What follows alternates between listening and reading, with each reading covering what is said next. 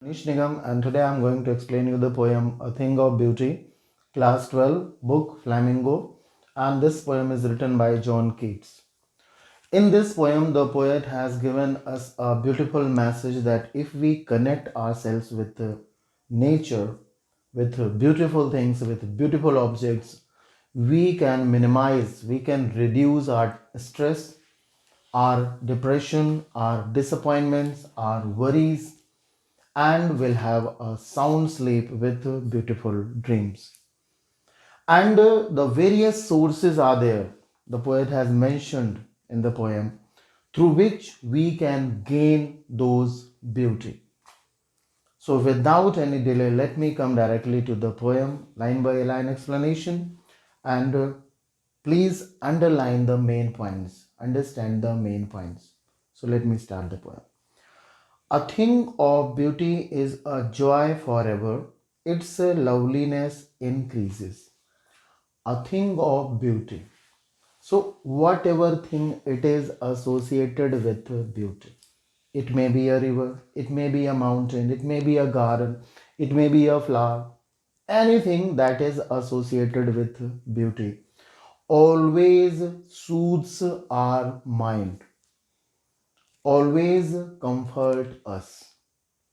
So, if we associate ourselves with beauty, we are just comforting ourselves, we are relaxing ourselves. Its loveliness increases. So, if we see anything and that thing or that sight or that vision is registered in our brain, and whenever we remember that sight, it increases. We simply remember that, and whenever we remember that, whenever we are in a sad mood, and if we remember that particular sight or that particular scenery, we are just blossomed. Correct? It will never pass into nothingness. Means the value of beauty will never decrease. It can never be devalued. It will always be valued. And what else it will do? Now see the next line. But will keep a bower quiet for us and a sleep full of sweet dreams and health and quiet breathing. What it will do to us? The thing of beauty, what it will do to us? It will give us a bower. What is this bower? Bower means a shelter under a tree. A shelter under a tree where we can sit and have rest, we get fresh air, we are relaxing, we are comforting ourselves. So the beauty provides us a shelter. The beauty provides us a sound sleep with beautiful dreams, with lovely dreams. It improves our health, and it keeps our breathing proper. Without any effort, we can breathe. So this was the explanation of first stanza. Up to this breathing. Now come to the second. Therefore, on every morrow, morrow here means morning. Therefore, on every morrow, we are wreathing. Wreathing means weaving, preparing, making. Wreathing a flowery band to bind us to the earth.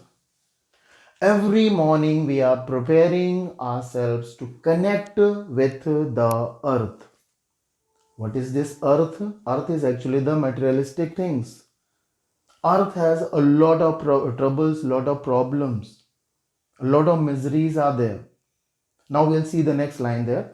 So every morning, therefore, on every morrow, we reading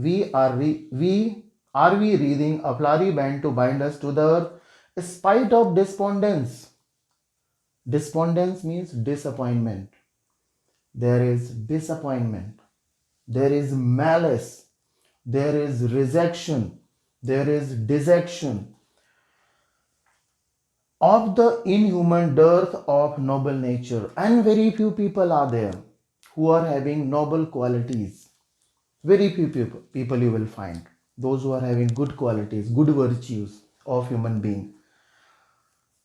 Of the gloomy days, of all the unhealthy and over darkened ways made for our searching. So we are surrounded with the gloomy days, sad days, unhealthy thoughts, evil thoughts. So, our entire life is actually dominated by negativity. What sort of negativity? Let me recall again: the malice, the disappointment, the rejection, the dejection. There is a lack of good human beings, good virtue people. There is what we call the unhealthy thoughts are there, the sad days are there, the evil thoughts are there.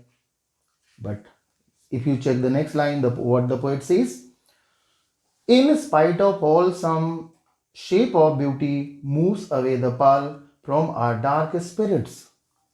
But the poet says, in spite of all that, no matter how we are surrounded by the negativity, whatever negativity it is, but if we attach or associate ourselves with the nature or with the beauty, that negativity will automatically be removed, will be minimized, will be subsided.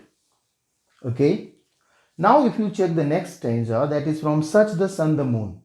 So, here the poet has provided us the various sources through which we can get the beauty.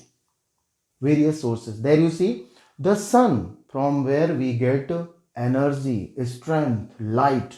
The moon is there, which provides us coolness. Trees old and young. There are trees all over the place. Some are old, some are young, but they are providing shelter. Here it is given, sprouting a shady boon for simple sheep. Sprouting means producing. A shady boon means these trees, whether they are young or old, whether they are big or small, but they provide a shelter to sheep. Here it is specified the word sheep, but we can get shelter from any tree whenever we want. And such are daffodils with the green world they live in. Another source of beauty, that is the daffodils, which are swaying, moving, and they are increasing the beauty of nature, the greenery of nature. Then comes the next. And clear rills. What are the rills? The small streams, small rivers, you can say. And clear rills that for themselves a cooling covert make against the hot season. So, what these rills do? They actually cool down the temperature in the summer season, in the hot season.